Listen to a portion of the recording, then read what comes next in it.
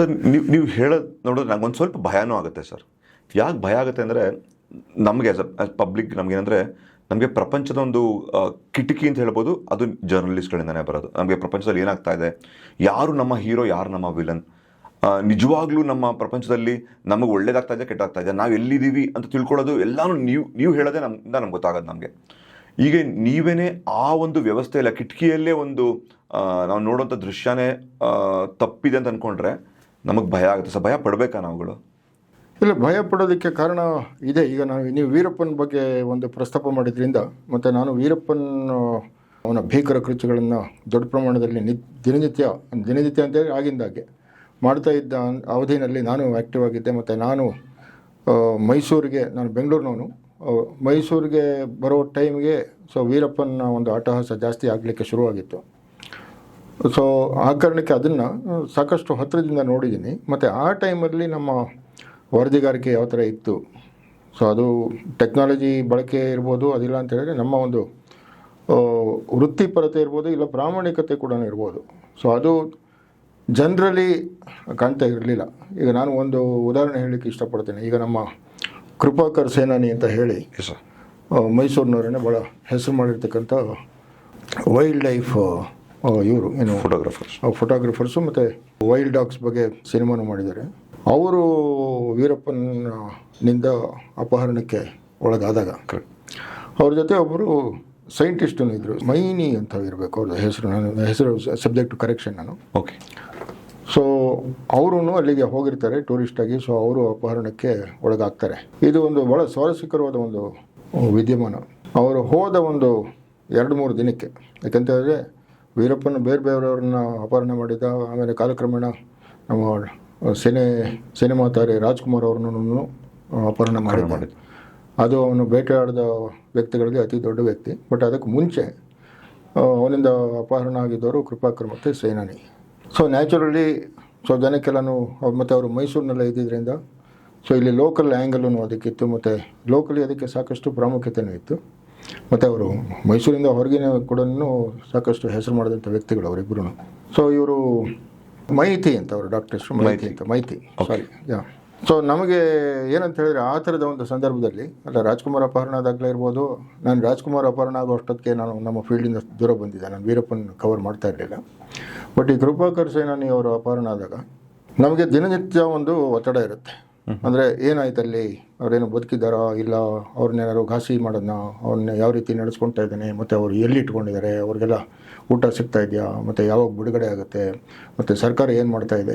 ಈ ಥರದ್ದೆಲ್ಲ ನಮಗೆ ದಿನನಿತ್ಯ, ಯಾಕೆಂತೇಳಿ ಜನನು ಅದನ್ನು ತಿಳ್ಕೊಳ್ಳೋದಕ್ಕೆ ಇಷ್ಟಪಡ್ತಾರೆ. ಆ್ಯಂಡ್ ಪರ್ಟಿಕ್ಯುಲರ್ಲಿ ಈ ನಮ್ಮ ಹೆಸರು ಮಾಡಿರ್ತಕ್ಕಂಥ ಮತ್ತು ಖ್ಯಾತಿ ಇರ್ತಕ್ಕಂಥ ವ್ಯಕ್ತಿಗಳು ಅಪಹರಣಕ್ಕೆ ಒಳಗಾದಾಗ ಆ ಥರದ ಒತ್ತಡ ಇರುತ್ತೆ. ನಮಗೆ ಅಲ್ಲಿಂದ ಸುದ್ದಿ ಯಾವ ರೀತಿ ಬರೋದು ಅಂತ, ಇದು ನಮ್ಮ ಪತ್ರಿಕೋದ್ಯಮ ವಿದ್ಯಾರ್ಥಿಗಳಿಗೆ ಕೂಡ ಮುಖ್ಯ ಆಗಬಹುದಂಥದ್ದು. ಮತ್ತು ನಮ್ಮ ಓದುಗರಿಗೆ ಅಥವಾ ವೀಕ್ಷಕರಿಗೆ ಕೂಡ ಈ ವಿಷಯಗಳು ಸ್ವಲ್ಪ ತಿಳ್ಕೊಂತು ಅಂತ ಹೇಳಿದ್ರೆ, ಅಂದರೆ ನಾವು ಯಾವ ರೀತಿ ಸುದ್ದಿ ಸಂಗ್ರಹ ಮಾಡ್ತೀವಿ, ಮತ್ತು ಪರ್ಟಿಕ್ಯುಲರ್ಲಿ ಇದು ವೀರಪ್ಪನ ಒಂದು ವಿಷಯದಲ್ಲಿ ನಮಗೆ ಯಾವ ರೀತಿ ಕಾಡಿನಿಂದ ಯಾವ ರೀತಿ ಸುದ್ದಿ ಬರುತ್ತೆ. ಯಾಕಂತೇಳಿ ನಾವು ಯಾವಾಗಲೂ ಕಾಡಲ್ಲಿ ಇರಲಿಕ್ಕಾಗಲ್ಲ. ಹೌದು. ಮತ್ತು ಈಗ ಅಂತ ಹೇಳಿದ್ರೆ, ಈಗ ಸಪೋಸ್ ಏನಾದ್ರು ವೀರಪ್ಪನ ಇದ್ದು ನಾವು ಕಾಡಿಗೆ ಹೋಯ್ತು ಅಂತ ಹೇಳಿದ್ರೆ ಅಲ್ಲೂ ಟವರ್ದು ಅದೆಲ್ಲ ಪ್ರಾಬ್ಲಮ್ ಆಗ್ಬೋದು ಈಗೂ. ಬಟ್ ಆವಾಗ ನಾವು ಸುಮಾರು ಸುದ್ದಿ ಎಲ್ಲೋ ಹತ್ತಿರದ ಪಬ್ಲಿಕ್ ಇದಕ್ಕೆ ಬೂತ್ PCO ಹೋಗ್ಬಿಟ್ಟು ಸುದ್ದಿ ಕೊಡ್ತಾಯಿದ್ವಿ. ಕೆಲವು ಸತಿ ಇದಿರೋದು ಅದು ಫ್ಯಾಕ್ಸ್ ಇರೋದು. ನಾವು ಆಫೀಸ್ಗೆ ಅಂದರೆ ಮೈಸೂರಿಗೆ ಬಂದ್ಬಿಟ್ಟು ಸುದ್ದಿ ಕೊಡೋದಕ್ಕೆ ಆಗ್ತಿರಲಿಲ್ಲ, ಅಥವಾ ಆಗಿತ್ತು ಅಂತೇಳಿ ರಾತ್ರಿ ಲೇಟ್ ಆಗಿಬಿಡೋದು. ಎಡಿಷನ್ ಲೇಟ್ ಆಗಿಬಿಡೋದು. ನೀವು ಯಾವ ಏರಿಯಾಲಿದ್ರಿ ಸರ್, ಸುಮ್ಮನೆ ಫಾರ್ ಕ್ಲಾರಿಟಿ? ಬಂಡೀಪುರ, ನಮ್ಮ ಸತಿ ಆ ಕಡೆ ಇದ್ರ, ಸತ್ಯಮಂಗಲ ಆ ಕಡೆ? ಇವರು ಬಂಡೀಪುರದಿಂದ ಅವರು ಅಪಹರಣಕ್ಕೆ ಇದಾಗಿದ್ದು. ಆ ಟೈಮಲ್ಲಿ ಮತ್ತೆ ಅವನು ವೀರಪ್ಪನ ಒಂದೇ ಕಡೆ ಇರ್ತಾ ಇರಲಿಲ್ಲಲ್ಲ. ಈಗ ಬೇರೆ ಯಾವುದೇ ಅಂದರೆ ಈಗ ಒಂದು ವಿಮಾನ ಅಪಹರಣ ಆದಾಗ ಕೂಡ ಒಂದು ನಿರ್ದಿಷ್ಟವಾದ ಒಂದು ಲೊಕೇಶನ್ ಅಲ್ಲಿಗೇ ಇದಾಗಿರ್ತಾರೆ. ಇಲ್ಲಿ ವೀರಪ್ಪನವ್ರನ್ನ ಕರ್ಕೊಂಡು ಎಲ್ಲಿ ಹೋಗಿರ್ತಾನೆ ಅಂತೇಳಿ ಗೊತ್ತಿಲ್ಲ. ಕರೆಕ್ಟ್. ನೀವು ಕಾಡಲ್ಲಿ, ಮತ್ತು ನಮಗೆ ಯಾರು ಮಾಹಿತಿದಾರರು ಇರೋಲ್ಲ. ಓಕೆ. ನಾವು generally depend upon government agencies to a great extent. ಅದು ಒಂದೇ ಅಲ್ಲ, ನಮಗೆ ಬೇರೆ ಸೋರ್ಸಸ್ಗಳನ್ನು ಇರ್ತಾರೆ. ಮತ್ತು ನಾವು ಸೋರ್ಸಸ್ಗಳಿಗೂ ನಮ್ಮ ಸೋರ್ಸಸ್ ಎಷ್ಟು ಡಿಪೆಂಡಬಲ್ ಅನ್ನೋದನ್ನು ನಾವು ತಿಳ್ಕೊಬೇಕಾಗುತ್ತೆ. ಕರೆಕ್ಟ್. ಅಲ್ಲಿ ಲೋಕಲಿ ಕೂಡ ಸೊ ಯಾವುದೋ ಒಬ್ಬ ನಮಗೆ ಪರಿಚಯ ಇರ್ತಕ್ಕಂಥ ಒಬ್ಬ ವ್ಯಕ್ತಿ ಇರ್ತಾನೆ ಅಂತ ಇಟ್ಕೊಳ್ಳಿ, ಅದಿಲ್ಲ ಅಂತ ಹೇಳಿದ್ರೆ ಯಾವುದೋ ಒಂದು ನಮ್ಮ ಪ್ರಜಾವಾಣಿ ಡೆಕ್ಕನ್ ಹೆರಾಲ್ಡ್ ಅಂತ ಪೇಪರ್ಗಳಿಗೆ ಕೂಡ ಅಂದರೆ ಪ್ರಜಾವಾಣಿ ಡೆಕ್ಕನ್ ಹೆರಾಲ್ಡ್ ಅವಾಗ ನಂಬರ್ ಒನ್ ಇದ್ದಿದ್ದು. ಸೊ ಈ ಥರದ ಪೇಪರ್ಗಳಿಗೆ ಕೂಡ ಅತಿ ಹತ್ತಿರದ ಜಾಗ ಅಂತ ಹೇಳಿದ್ರೆ ಗುಂಡ್ಲುಪೇಟೆ, ಅಲ್ಲಿ ಪ್ರಜಾವಾಣಿ ಯಾರು ಒಬ್ಬ ಸ್ಟ್ರೇಂಜರ್ ಇರೋರು. ಸೊ ಅವರು ಯಾವ ಮಟ್ಟಕ್ಕೆ ಸುದ್ದಿ ಕಲೆ ಹಾಕಬಲ್ಲರು ಮತ್ತು ಅವ್ರಿಗೆ ಸಾಮರ್ಥ್ಯ ಏನು, ಕೆಲವು ಕಡೆ ಟ್ರೈನಿಂಗ್ ಎಲ್ಲ ವ್ಯವಸ್ಥೆ ಇದೆ ಅವ್ರಿಗೆಲ್ಲ, ಬಟ್ ಆದ್ರೂ ದೇ ನಾಟ್ ಪ್ರೊಫೆಷ್ನಲ್ ಜರ್ನಲಿಸ್ಟ್.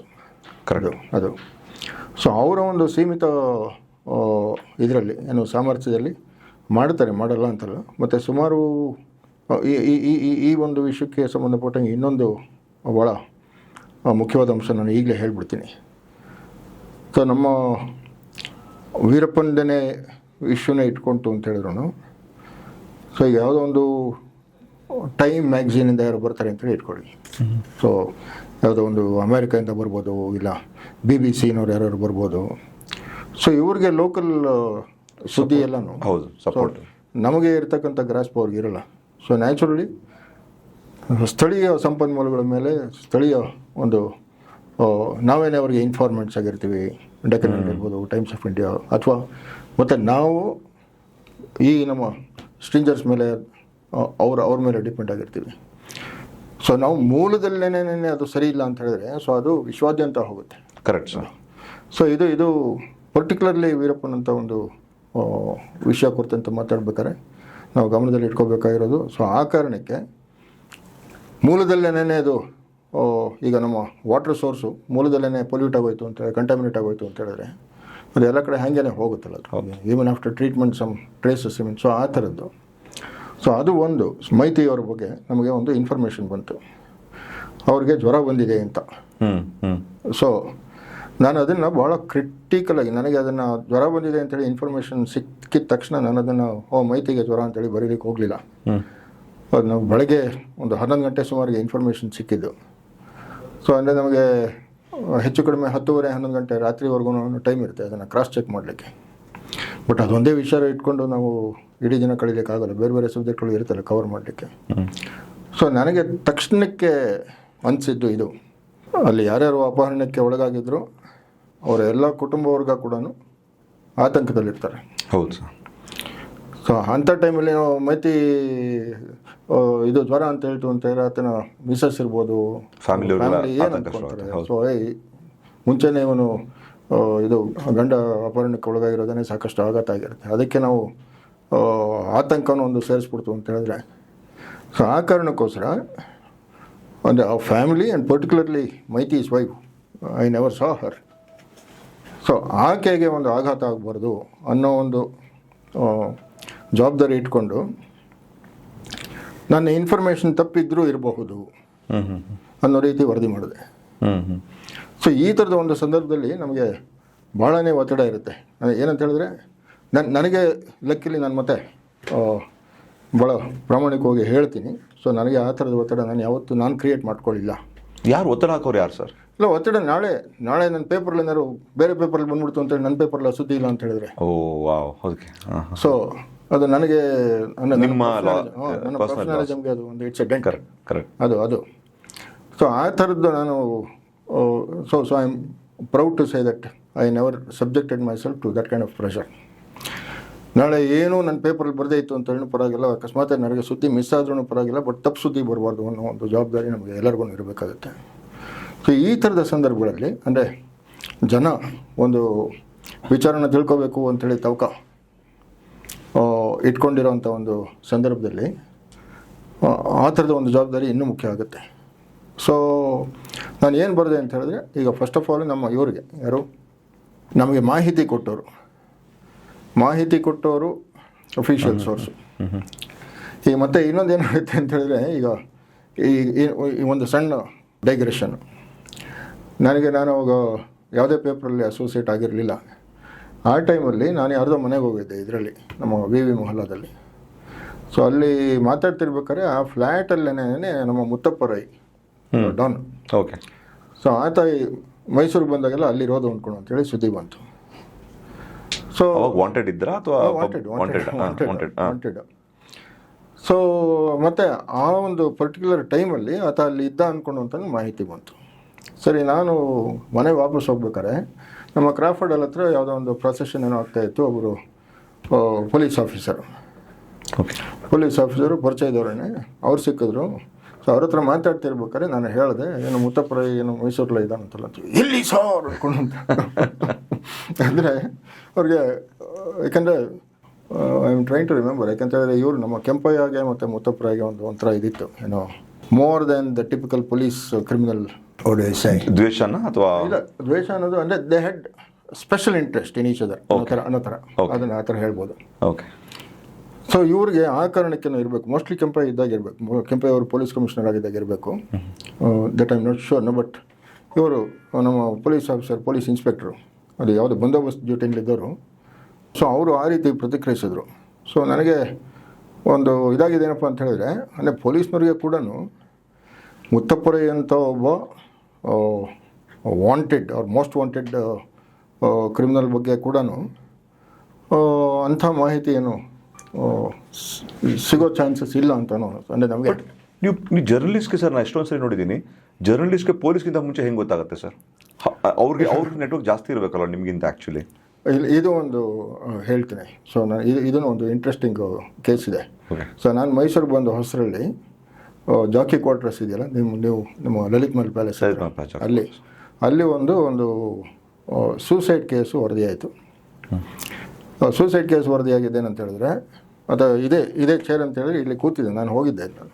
ಮತ್ತು ಇದು ನಾನು ಯಾವತ್ತು ನಾನು ಒಬ್ಬನೇ ಎಕ್ಸ್ಟ್ರಾರ್ಡಿನರಿ ಜರ್ನಲಿಸ್ಟು ಅಥವಾ ನನಗೊಬ್ಬನಿಗೆ ಸಿಕ್ಕಿದ ಮಾಹಿತಿ ಅಂತೇಳಿ ನನಗೆ ಯಾವತ್ತೂ ಆ ಥರದ್ದೆಲ್ಲ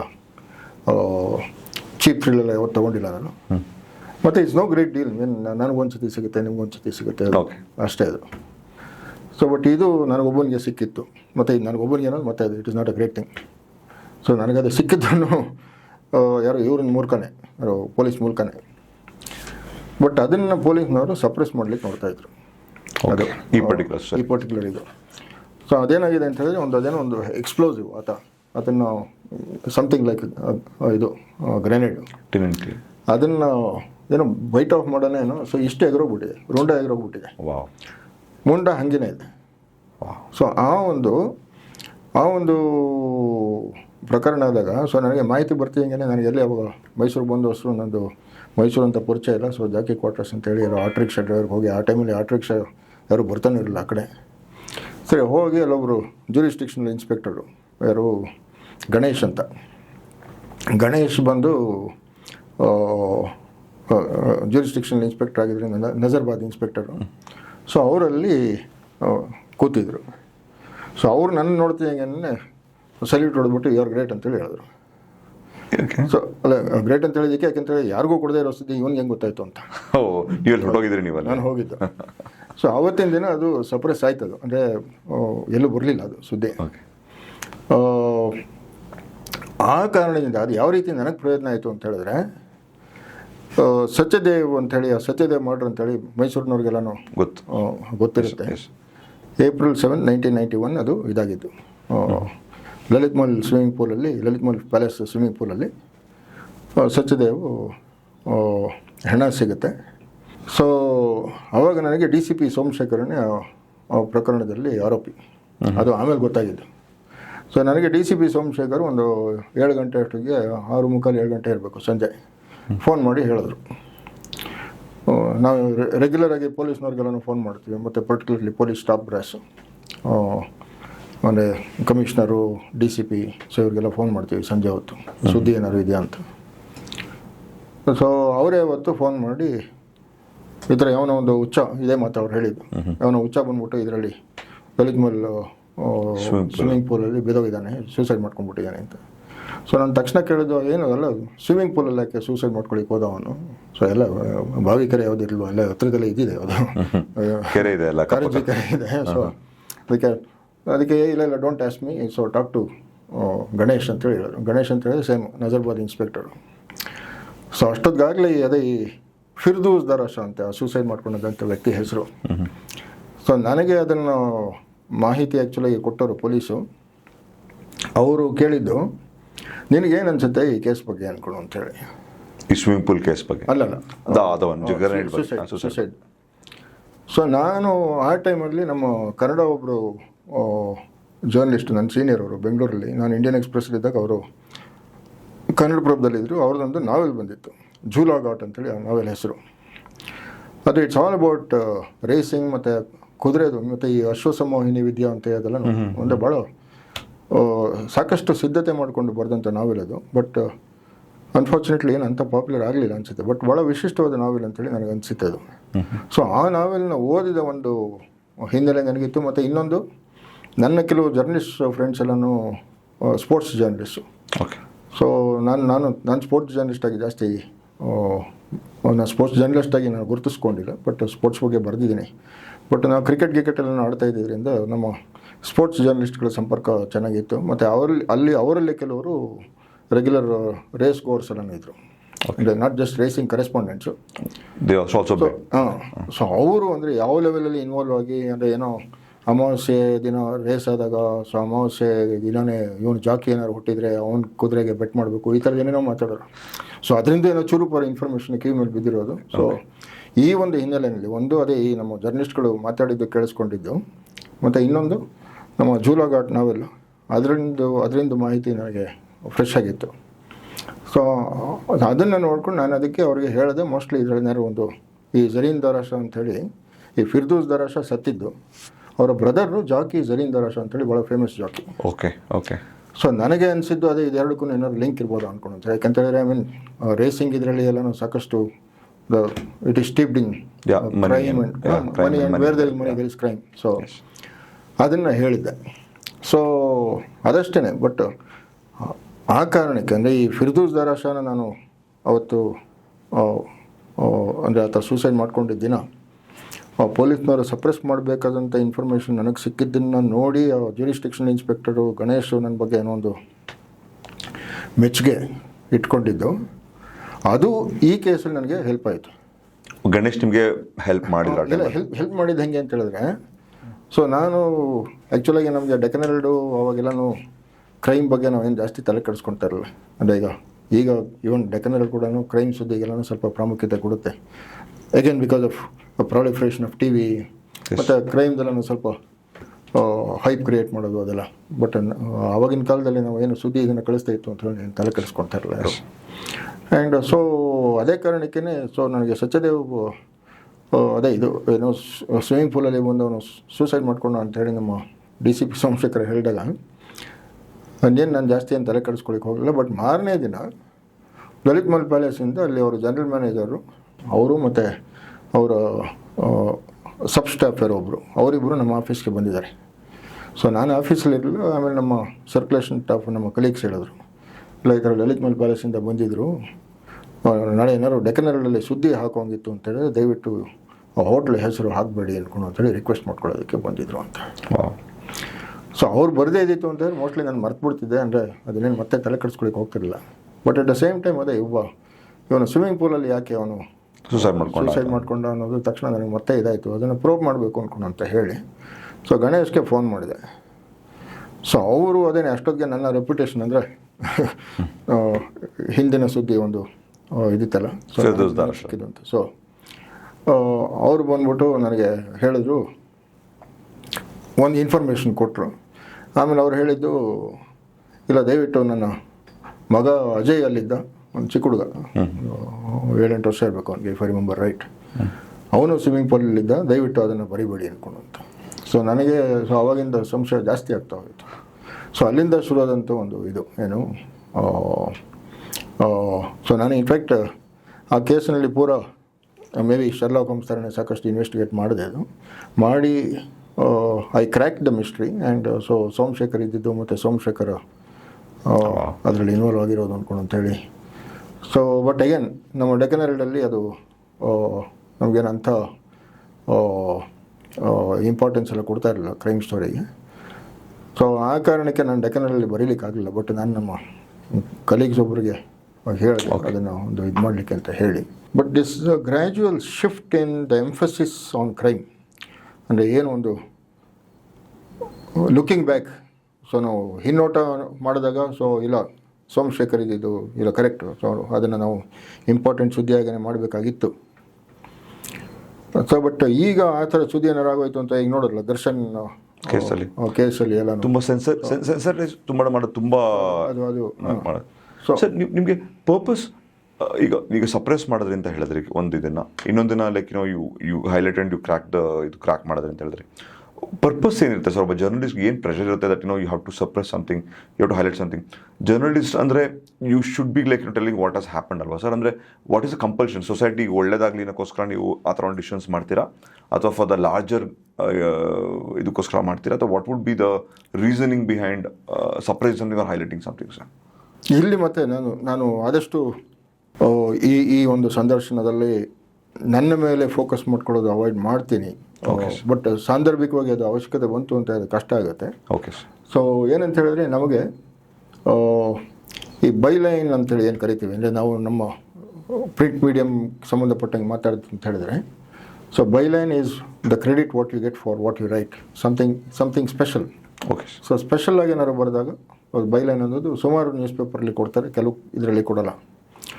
ಸೊ ಈ ಬೈಲೈನ್ ಅನ್ನೋದು ಭಾಳ ಕ್ರೇಜ್. ಈ ನಮ್ಮ Clement Attlee the then prime minister of Britain, ಅದು ಆಗಿನ ಕಾಲಕ್ಕೆ ಒಂದು ಮಾತು ಹೇಳಿದ್ದು ಭಾಳ ಆ್ಯಪ್ಟಾಗಿ ನಮಗೆಲ್ಲರಿಗೂ ಅನ್ವಯಿಸುತ್ತೆ. ಅಂದರೆ once a person gets to see his name in print, he goes any length to see his name in print again and again ಅಂತೇಳಿ.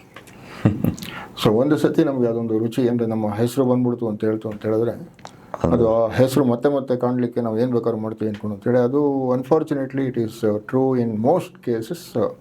ನನಗೆ very soon in my profession I overcame that thrill and that desire. So ನನಗೆ ಸುಮಾರು ಸತಿ ನಾನು ವಿಶೇಷ ವರದಿ ಅಂತೇಳಿ ಏನು ಹಾಕ್ತಾನೆ ಇರಲಿಲ್ಲ. So let the desk decide, ಅವ್ರಿಗೆ ಏನಾದ್ರು ವಿಶೇಷ ಕಾಣ್ತು ಅಂತೇಳಿ ಇದು ಮಾಡಲಿ ಅಂತೇಳಿ. ಬಟ್ ಸೊ ಆ ಒಂದು ಕ್ರೇಜ್ ಫಾರ್ ಪಬ್ಲಿಸಿಟಿನ I think we have to overcome if you have to be professional journalist.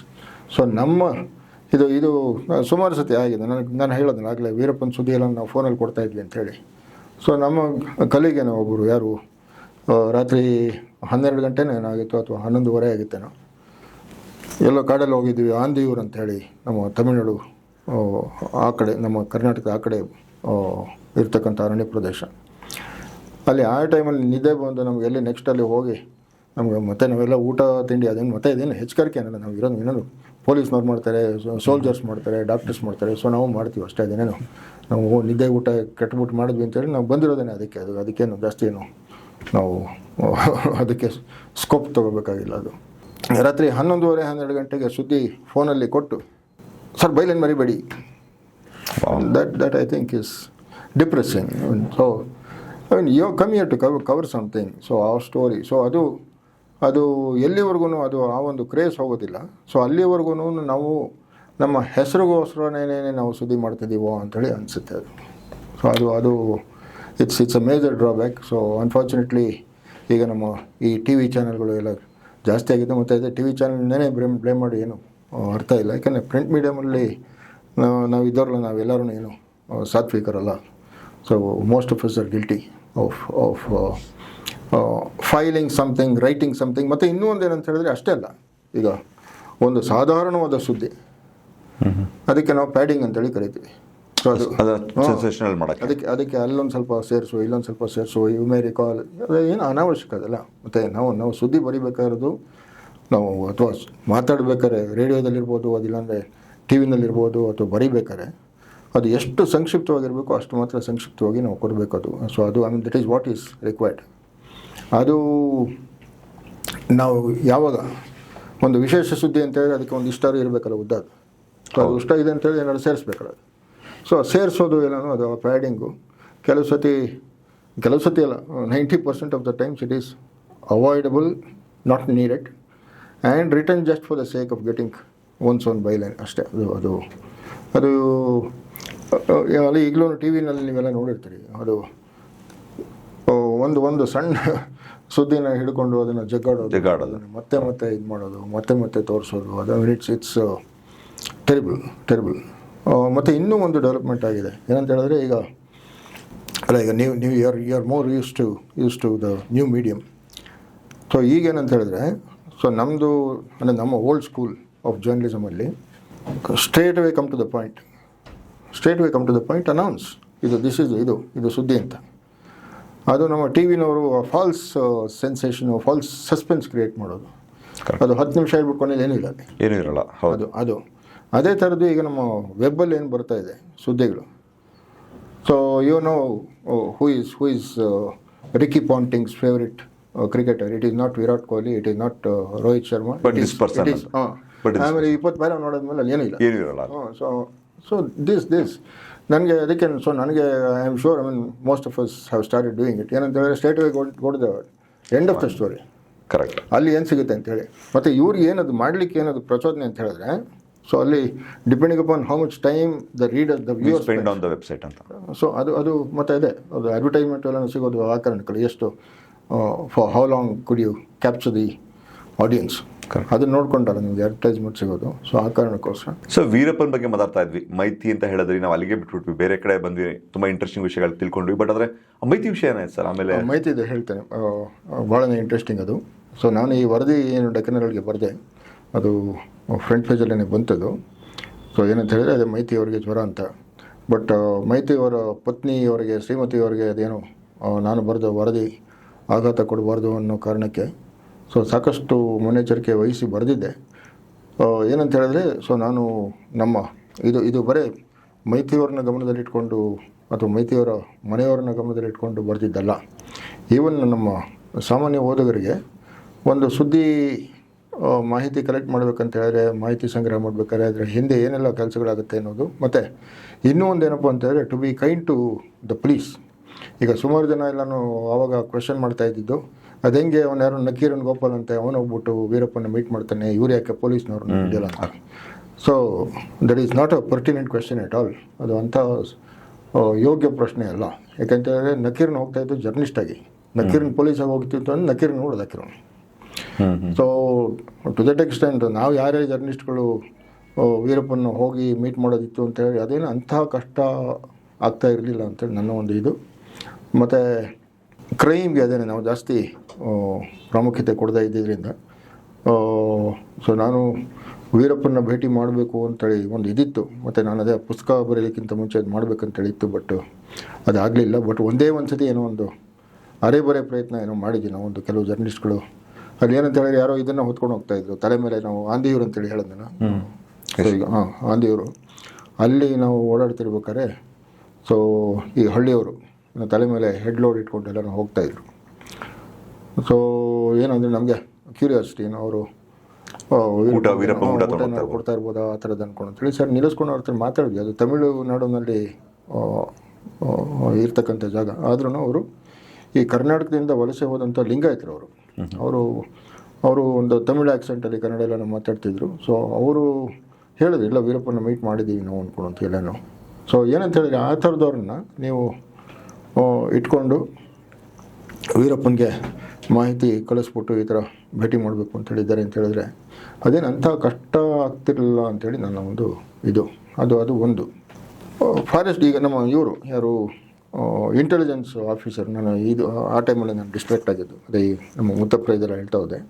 So ಇಂಟೆಲಿಜೆನ್ಸ್ದು ಏನು ಅಂತ ಹೇಳಿದ್ರೆ, ಸೊ ಸುಮಾರು ಸತಿ ನಮ್ಮ ಇಂಟೆಲಿಜೆನ್ಸ್ ವಿಂಗ್ ಅಥವಾ ಇಂಟೆಲಿಜೆನ್ಸ್ ಆಫೀಸರ್ಸ್ಗೆ ಕೂಡ ಅಂಥ ಮಾಹಿತಿ ಏನು ನಮಗೆ ಸಿಗದೇ ಇರತಕ್ಕಂಥ ಮಾಹಿತಿ ಏನು ಸಿಗೋದಿಲ್ಲ.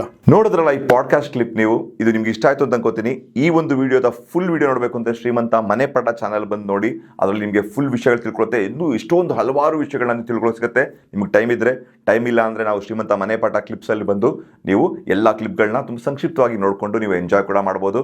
ದಯವಿಟ್ಟು ಶ್ರೀಮಂತ ಮನೆಪಾಠ ನೋಡಿ, ಶ್ರೀಮಂತ ಪಾಡ್ಕಾಸ್ಟ್ ಕ್ಲಿಪ್ ಚಾನಲ್ ಎರಡಕ್ಕೂ ಸಬ್ಸ್ಕ್ರೈಬ್ ಮಾಡಿ, ಎಂಜಾಯ್ ಮಾಡಿ, ಎಷ್ಟೊಂದು ವಿಷಯಗಳನ್ನ ತಿಳ್ಕೊಳ್ಳಿ.